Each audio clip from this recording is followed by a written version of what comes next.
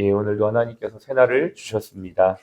창세기 주제설교 5번째, 오늘은 무지개와 십자가라는 제목으로 함께 말씀을 나누면서 부제가 십자가를 보는 신자, 십자가를 지는 제자라는 제목의 부제가 또 있습니다. 이 부분은 또 제가 나중에 설명을 좀 나누고요. 예, 눈이 많이 왔습니다. 어제부터 왔는데요. 오늘 아마 출근길이 쉽지만은 않으셨을 텐데 이 눈을 뚫고 또 안전하게 오신 여러분들에게 하나님 평강이 있기를 바라면서 우리 샬롬으로 함께 인사하겠습니다. 샬롬. 네. 어저께 저녁 식사 후에 제가 늘 걷는 자전거 길이 있습니다. 눈이 많이 와서 그런지 사람이 아무도 없는 거예요. 그럼에도 불구하고 저는 신나게 그 길을 걷고 뛰고 했습니다. 한참 걷다 보니까 어느 순간 그 길에 눈만 쌓여 있고 제가 지나온 그 발자국만 남겨져 있는 거죠. 순간 뒤를 돌아보니까 진짜 유일한 발자국이 딱 찍혀가지고 한참 동안 이렇게 저를 따라온 것들을 보았습니다. 순간 그런 생각이 들었습니다. 누군가 내 뒤에 이 발자국을 보고 따라올 텐데 라는 생각이 드니까 제가 이 길을 더 똑바로 걸어야겠다는 생각이 의식적으로 드는 거예요. 그때부터 발도 팔자가 아닌 11자로 걸었고 지그재그가 아니라 똑바로 걸었습니다. 왜냐하면 혹시라도 눈길에 눈이 덮여 있으면 보이지 않잖아요. 그 길이 이제 뭐 돌이 있을 수도 있고 나뭇가지에 걸려 넘어질 수도 있는데 제가 그 길을 안전하게 갔다라는 그 사인을 그 길에 표시로 남겨놓으면 저를 따라오는 누군가가 그 길을 따라오지 않을까라고 생각을 했습니다. 우리 모두가 인생이라는 길을 걷는 사람들입니다. 지금은 내가 걷는 길이 잘 보이지 않는 것 같아도요. 시간이 지나고 나면 내 뒤를 따라오는 그 사람들이 내 걸음을 보고 따라오게 될 것입니다. 누군가의 길을 바르게 걸을 수 있는 앞서 걸어가는 자들의 삶이 되기를 바랍니다. 저 여러분이 길을 걷는 게 혼자 걷는 게 아니거든요. 찬양 가사에도 보면 혼자 걷지 않을래 뭐 이런 찬양이 있는 것 같은데 그렇죠. 내가 걷는 길이 나 혼자 걷는 길이 아니에요. 분명히. 내가 간 길을 누군가는 따라올 것이고 그 길에 보이지 않는 성령께서 동행하시고 이미 앞서가신 예수님께서 그 길을 가신 줄로 믿습니다. 오늘 우리는 노아를 봅니다. 9장을 읽었지만 노아 이야기는 그 앞장에서부터 나옵니다. 6장에서부터 나오는데 하나님께서 노아를 평가하시기를 4가지로 평가를 하셨더라고요. 사람이 어떻게 나를 평가하는가도 중요하지만 하나님께서 나를 어떻게 평가하시는가가 더 중요합니다. 세상의 평가는 그때뿐입니다. 그러나 하나님의 평가는 영원합니다. 하나님은 노아를 4가지로 평가했어요. 첫 번째는 하나님의 은혜를 입은 자다. 그 시대 속에서 은혜를 입은 자다. 두 번째는 의인이다. 세 번째는 당대의 완전한 자다. 마지막이 제일 마음에 와닿는데 하나님과 동행하는 자다. 그 노아의 삶이 사실은 여기 있는 여러분 각자의 삶과 저는 다름 아니라고 믿습니다. 우리가 이 많은 세상의 수많은 사람들 중에 하나님의 택함을 받고 은혜를 받았기 때문에 하나님의 자녀가 되었고 이 자리에 있는 것입니다. 세상 사람들은 다 모든 것이 우연이라고 생각하지만 우리는 그 모든 것이 우연이라고 생각하지 않고 하나님의 섭리라고 믿는 사람들입니다. 이것 자체가 은혜를 받았다는 증거예요. 내 삶이 지금의 삶으로 끝나지 않고 영원한 삶과 맞닿아 있다라고 믿는 것. 그리고 오늘도 하나님의 성령께서 나에게 말씀하시고 나를 지켜주시고 나와 동행하신다는 걸 믿는다는 이 사실을 믿는 것이 은혜라는 거죠. 은혜를 입은 자입니다. 의인이라는 건 하나님의 말씀을 따른다는 거죠. 그 다음 세 번째 완전하다. 이거는 완벽하다, 퍼펙트를 말하는 게 아닙니다. 이제 구별된 삶을 산다라는 의미가 있는 것이고요. 마지막은 하나님과 동행하는 사람이었다. 아시다시피 노아의 삶이 결코 만만하지 않았어요. 그가 경험했던 홍수라는 것은 이전에도 없었고 이후에도 없는 사건이고 정말 초유의 한 번도 본 적도 경험한 적도 없는 사건이란 말이에요. 얼마나 무서웠을지 아마 상상이 안 됩니다. 하나님을 찾는 사람도 없었고 하나님께 관심을 두고 있는 사람이 없었습니다. 예수님은 노아 시대의 시대상을 먹고 마시며 시집가고 장가가는 일에만 몰두하는 시대였다라고 말씀하셨어요. 하나님에 대해서는 전혀 관심이 없는 당연히 하나님을 찾는 사람도 없죠. 하나님에 대한 관심이 있어야 하나님을 찾는데 그런 게 전혀 없던 시대. 오직 노아와 그의 가족 8명만이 하나님을 찾고 하나님을 의지했어요. 그래서 그의 이름 자체가 위로예요, 위로. 노아라는 이름 자체가 얼마나 황폐하고 죄악이 관영한 시대 속에서 그 하나님의 마음을 위로해주는 삶을 살았는지 노아의 이름에서부터 나타나고 있는 것이죠. 그러한 시대에 노아가 살아간다는 거 정말 만만치 않은 시대의 삶이었습니다. 심판과 죽음이라는 어둠의 터널을 그대로 지나갔죠. 물이 차올랐습니다. 수많은 사람들이 죽어가고 사람들뿐만 아니라 지면에 있는 모든 호흡 있는 것들이 방주에 탄 것을 제외하고 다 죽어버리는 정말 무서운 정말 초유의 사건을 경험했다. 아마 그런 것들을 보고 나면 트라우마에 남아가지고 계속 기억날 것 같아요. 우리가 작은 어떤 일을 경험해도 내 삶에 어떠한 충격적인 일을 경험해도 그것이 꽤 오랜 시간 트라우마가 남거든요. 계속 그게 기억이 난단 말이에요.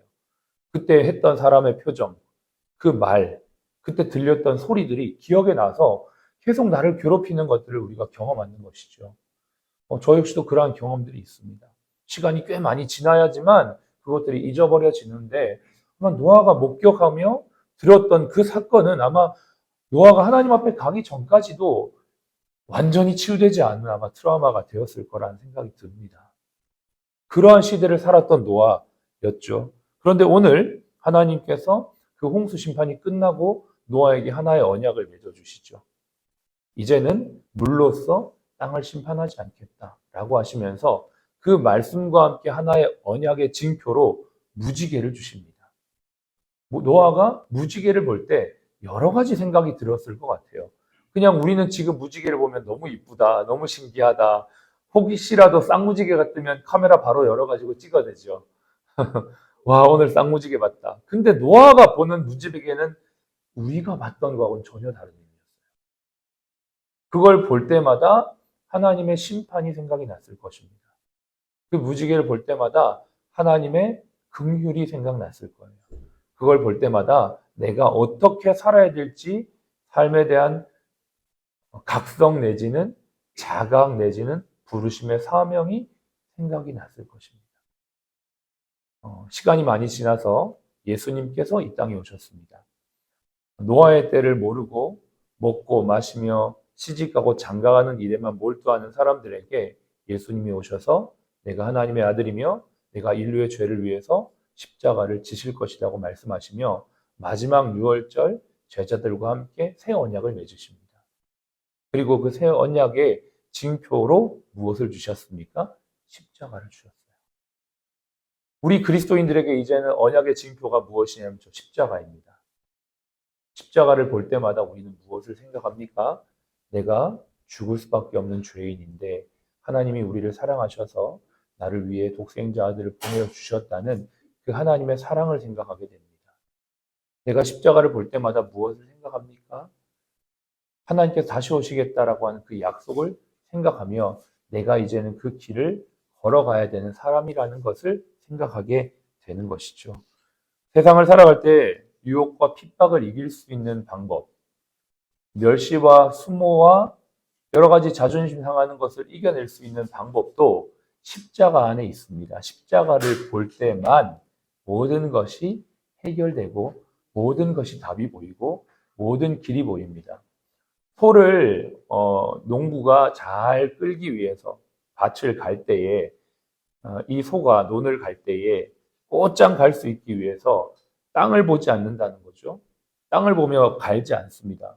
저 기둥 혹은 나무 변하지 않는 기준을 바라보며 그 기준을 바라보며 소를 몰아가는 거죠. 그렇게 할 때 삐뚤빼뚤하게 밭을 갈지 않는다고 해요. 우리가 길을 걸어갈 때도 마찬가지입니다. 기준을 바라봐야 되죠. 우리의 기준이 뭐예요? 십자가입니다. 십자가를 보는 신자가 진짜 승리하게 되는 신자입니다. 근데 예수님은 이제 우리에게 하나 더 요구하세요. 너희가 자기 십자가를 지고 나를 따라와야 된다. 십자가를 보는 사람은 신자지만 십자가를 지는 사람은 제자입니다. 주님은 우리를 이제 십자가를 보는 신자의 삶을 넘어 십자가를 지는 제자의 삶으로 부르셨어요. 성경에 하나님께서 아바드와 샤마르의 개념을 허락하셨죠. 에덴 동산에 경작하며 지키게 하라. 경작하다, 컬티베이트, 아바드, 샤마르, 지키다, 보존하다, 내 직분을 간직하고 끝까지 사명을 감당하다.